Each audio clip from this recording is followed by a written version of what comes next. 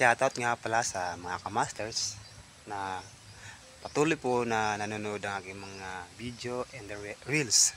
Sa mga kamasters nga pala, gusto ko nga pala sa inyong i-share ito pong samutsaring mga pinyahan. Di naman po siya karamihan, pero yun nga mga kamasters, may mga pinyang itanim. Yan nga katulad nga sinasabi ko sa mga kamasters natin dyan na patuloy lang po tayo sa ating buhay kasi ang buhay ng tao ay hindi naman yan karera na maghuhunaan, magsisiksikan.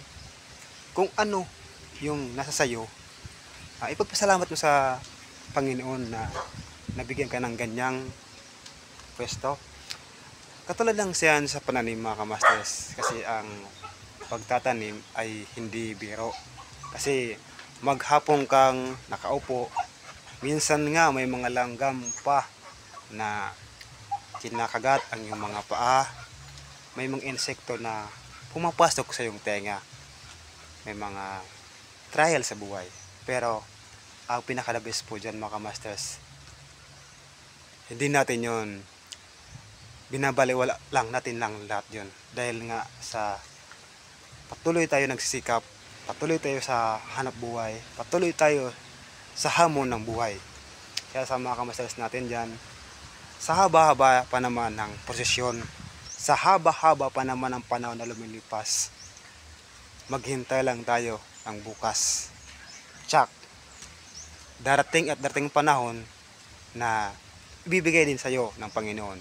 Yung para sa'yo, kung para sa'yo, at para sa akin, na para sa akin.